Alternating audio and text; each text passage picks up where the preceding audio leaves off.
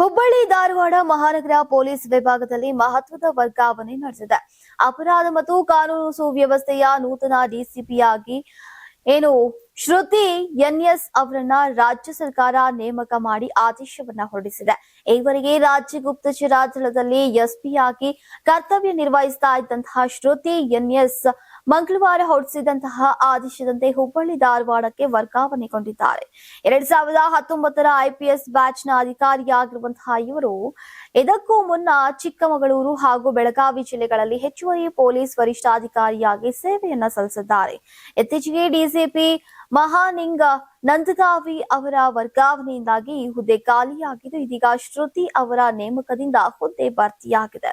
ಇನ್ನು ನಗರದ ಕಾನೂನು ಸುವ್ಯವಸ್ಥೆ ಹಾಗೂ ಅಪರಾಧ ನಿಯಂತ್ರಣದಲ್ಲಿ ಅವರು ಯಾವ ರೀತಿಯ ಕ್ರಮವನ್ನ ಕೈಗೊಳ್ತಾರೆ ಅನ್ನೋದ್ರ ಬಗ್ಗೆ ಈಗ ಸಾರ್ವಜನಿಕರಲ್ಲಿ ಸದ್ಯ ಕುತೂಹಲ ಮೂಡಿಸಿದೆ. ನೀವು ಸಣ್ಣ ಆಗ್ಬೇಕಲ್ವಾ? ಅದು ಒಂದು ಉತ್ತಮ ಆಹಾರದಿಂದ ಸಣ್ಣ ಆಗ್ಬೇಕಲ್ವಾ? ಪ್ರತಿದಿನ ನಮ್ಮ ಜೀನಿ ಸ್ಲಿಮ್ ನ ಯೂಸ್ ಮಾಡಿ ಯಾವುದೇ ಸೈಡ್ ಎಫೆಕ್ಟ್ ಇಲ್ದಂಗೆ ನೀವು ಸಣ್ಣ ಆಗ್ತೀರಾ.